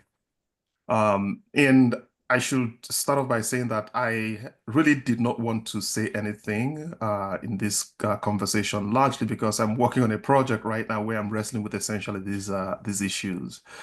But at the same time, it seems to me like perhaps that is also a reason to comment on this. And Bert, I appreciate the issue you've raised. This is a world I've been scholarly world I've sort of immersed myself in for quite some time and paid attention to the issues that I think Cecile was raising, for decades, where it seems like we recycle a number of ideas but have not been able to break through with any significant change in practice, at least the way we think and talk about it. So what I want to do is sort of propose some ideas that might open a different way to thinking about the same thing. And I think this is essentially the direction that Cecile is going here. There are a few things that seem to me as constant in the way this research tradition has happened over the last half century, maybe even longer. Okay, and I'd like to center those constants on what Marconi was talking about when he was talking about the construction of indigenous languages, right? Because I think those constants are particular constructions of reality that we seem to hold, to consider sacrosanct. So one of them is, what we are calling language and how we understand what language is. Okay, and I think Sinfri's work has done so much in disabusing some of the challenges we have in the way we think about language that is not yet part of the conceptual toolkit of people who do research in this field. We still think of languages as countable things, as contiguous with ethnicities and so forth, so they can say this is Igbo, this is Yoruba, this is English, this is that, and so forth, with little attention to the reality of linguistic phenomena on the ground, in the ways that people actually live and engage linguistically. I don't think we've sort of come around on that. So we still have sort of these fixed notions about language that is operational in the way we conduct research or ask questions and see possibilities for the future. The second thing we hold constant is the thing we call education.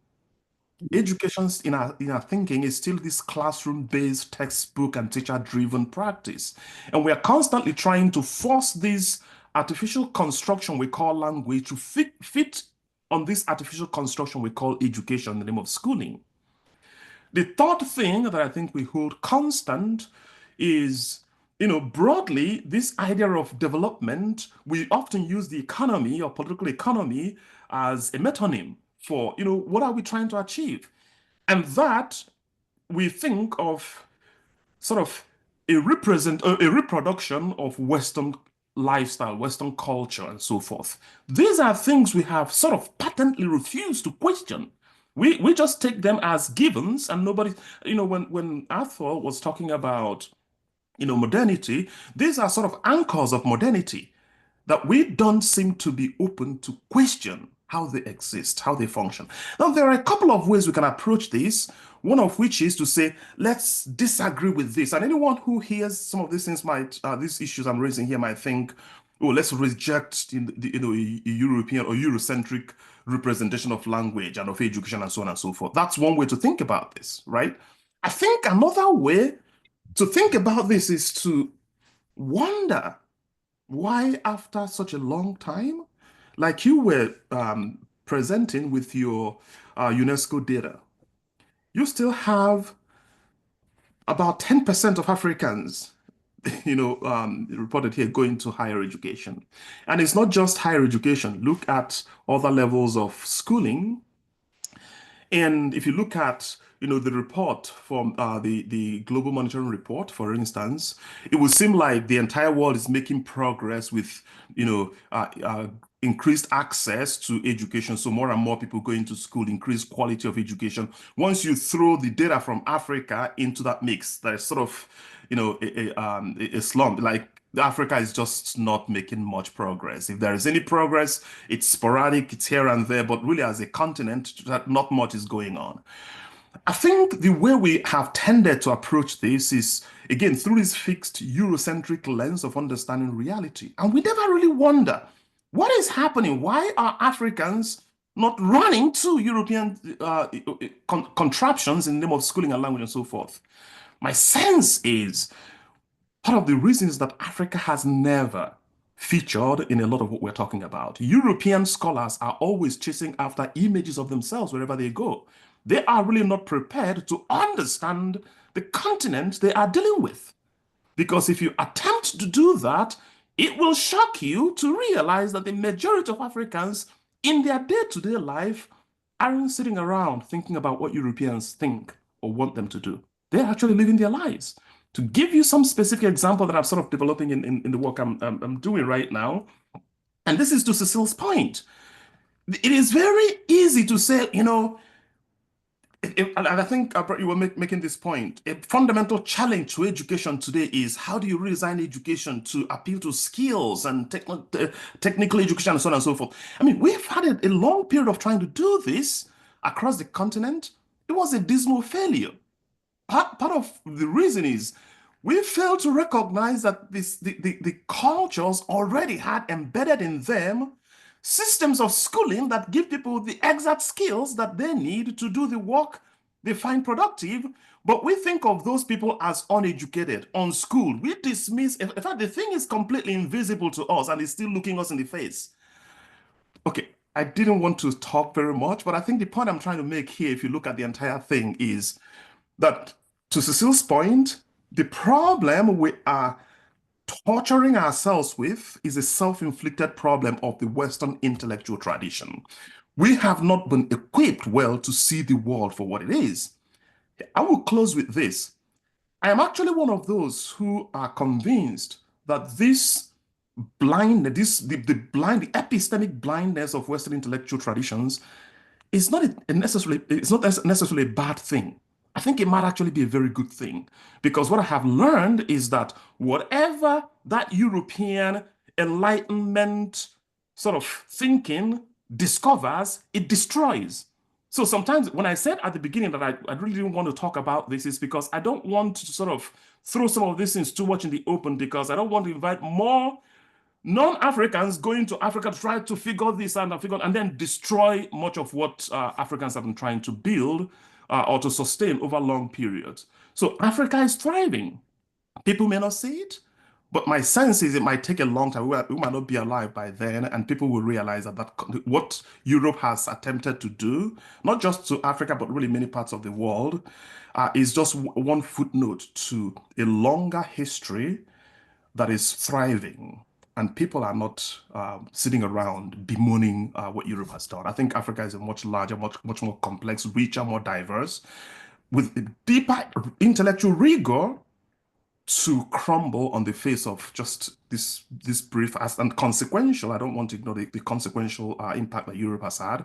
I don't think it's enough to do that. And to talk about the intellectual nature of that work, when you spend enough time with Africans in cultural contexts, you will realize that the level of rigor, the level of intellectual rigor that are expressed, including linguistically, would probably surprise anyone with a PhD and who teaches in universities. And sometimes you see this even in lyrical forms, in poetic forms, things that might be invisible to you. Think these are just old women singing something here. They are dealing with deep philosophical inquiry that people often don't recognize. You have to have the language to be able to engage with that. Anyway, thank you again. Yeah. Am I allowed to jump in, Phoebe? Okay, yeah, if it's connected to Desmond, so that Professor Pinxteren can respond to both at the same time. Okay. I'm looking at what Cecile and Desmond said, and which captures my thinking. And one of the things that I've said to my colleagues is that education has trapped me. I've become a cosmetic human being because of the education that I've received. And let me take this this incident that happened. A colleague of mine, a friend of mine in the UK, is working on a project in Palestine on language. And most of the students and the people he worked with were killed. And then he became so articulate on what happened and was very, very vulgar on Facebook on trying to advocate the killing against the killing in Palestine. And he reported later that his Facebook account, that particular Facebook account was withdrawn, was deleted. Okay, this is an unfortunate situation. Why was it withdrawn? Now, I kind of reflect on why in a broader context. The whole idea of education, which we seem to have been trapped in, is a construction. And it cannot be dissociated from the capitalist and from the political powers. Now, who designed the policies? Who structures education? It's not the person who is learning. It's rather someone who signed treaties to maintain the state. And because the state cannot collapse, and because the bigger states have to feed on the smaller states. And in so doing, they define our own existence, our own identity through what they call education. And then a lot is erased. A lot which is original tends to be erased. And this is where we are fundamentally trapped. We are socialized in another culture, and we become approximative of what that culture is. And our own roots don't feature on the platform. So if we look at education as a construct within a macro organism, we would understand that the more we think we know about education, the more we feel trapped. The concepts that are developed in education, these concepts, and given to children, these concepts are negotiated at a bigger level. And the people who negotiate this concept don't think of the life of the ordinary villager. They think of meeting what they call international deadlines or international lanes. And what that practically means is that some people have to stay where they are and the others go higher. And then the people, the Africans, unfortunately, the African leaders who signed these conventions hardly have time to read and understand what these conventions mean in real terms. And then they just get trapped, and then they have to struggle to meet the international lane, to be on the international lane. And they haven't got the intellect to reflect and said, for 50 years we have been struggling, that they've been struggling to be on the international lane. They are still very much referred to as low and middle income countries, low income countries. So what is the struggle? What is the point here?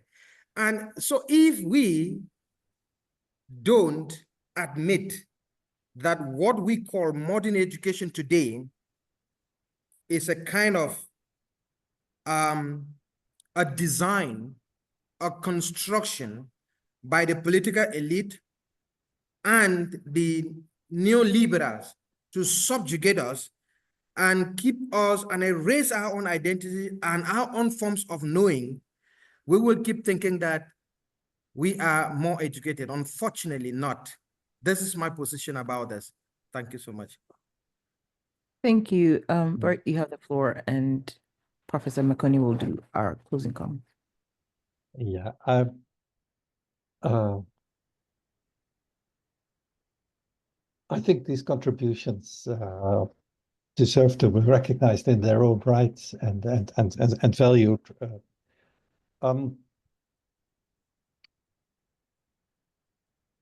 Can African education change, and does it have to change, and will it change? Yes, of course. And how will that happen, and what are the ideas for that? In a sense, Desmond is certainly right. That's none of my business. This is something that Africans will have to struggle and deal with and figure out themselves. Do we need to think differently about the economy, and will the economy change? Yes, as well. And again, indeed, it's probably correct that this would work best if Africa is left alone. Of course, it will not be, because that's not the way the capitalist system is structured at the moment. Now, do we need to think differently about language, and do we need to move away from thinking of languages as countable objects? There I want to say something, because on the one hand, it's true that people speak in myriads of ways, and if you talk about language as spoken, you need to recognize and value that diversity. On the other hand, language as designed, standardized language, is a countable object. We communicate here in this forum through a standardized form of English. Of course, we all have our different accents, etc., and our turns of phrase, but we use the advantages that academic English offers to communicate. It doesn't mean, of course, that we can perfectly understand one another, because we all have different cultural, linguistic, etc., and other backgrounds, but we can reach a certain level of understanding. We can have a discourse and a debate, and the standard designed language, even though it partly came through Africa to Africa through Europe, is not a European invention. It has been invented in several ways and in several places all over the world. Chinese was standardized in certain ways long before any European language was.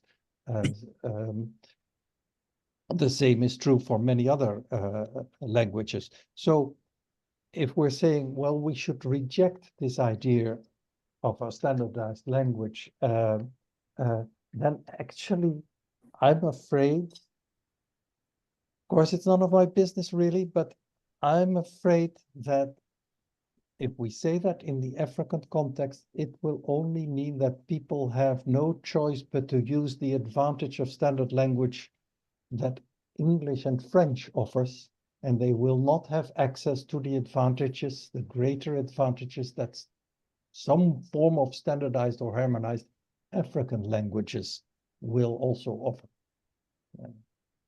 Let me leave it at this for now. But I'm sure that this debate could continue. And it's an important debate. Professor Makoni, you're about to do the closing remarks, but Professor Spears has something to say. Okay, let other talk.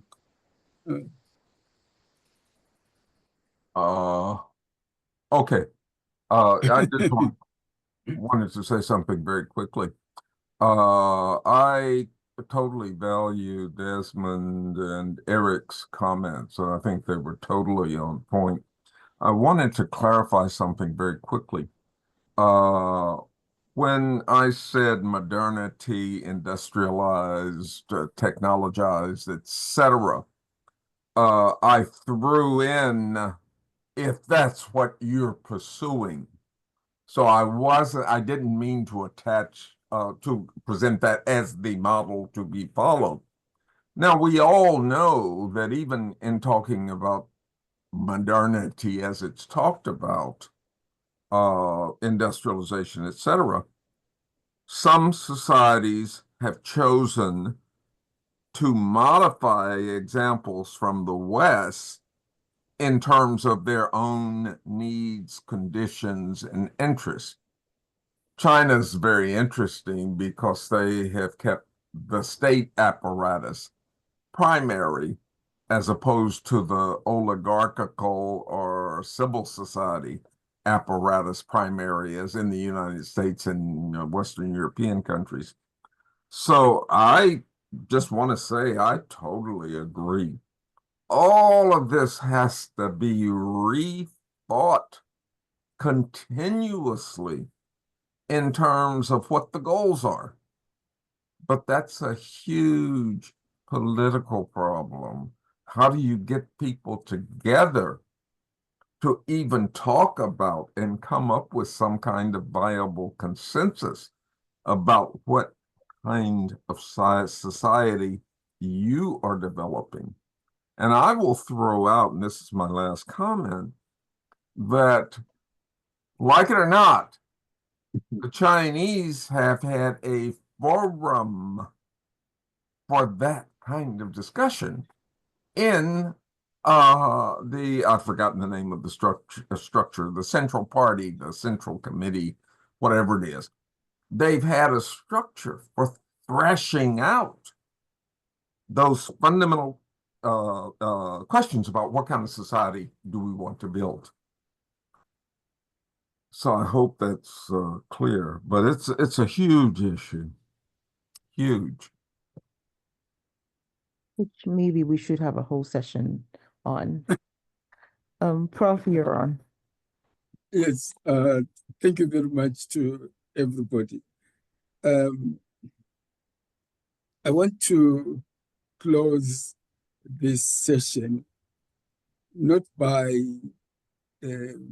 intervening or saying anything, but by reading from chapter by Jean Komarov called Theory from the South, thinking out loud about decolonization, and she has this to say. But a key difference that we emphasized in Theory from the South is that the relationship between the North and the South is a dialectical, reciprocally transforming one, be it also unequal in determination. This is the part that is interesting. In fact, the very knowledge that emerges as part of the hegemony in and of the North in its institutions of higher learning and within its disciplines is often appropriated from the South, plagiarizing or mimicking the insights of its theories. For the South is still treated simply as a source of extractable raw material, very much in parallel with the workings of the material economy. So from that perspective, Jean Komarov and company argue that the issue conceptually is not so much of Africa and the global South trying to catch up with the North, but completely the reverse. It's the North trying to seek to catch up with what we know already. Thank you. I'm through. So tell us when we next meet. We will meet in the new year. We'll get an email. You know the date when we're meeting. And we'll send that out in the email. Okay. Thank you, everybody, for a wonderful. Thank you very much, everybody. Thanks. Right. Okay. Bye-bye. Thank Bye-bye. you. Bye. Merry Christmas. Merry Christmas to everybody. Bert, thanks a lot for joining us and for It this was my stimulating Yeah. conversation that you generated. If you don't mind, I know that we're disconnecting and anyone who is disconnected is fine, but I was just going to say something very quickly to Arthur's point that I didn't remember when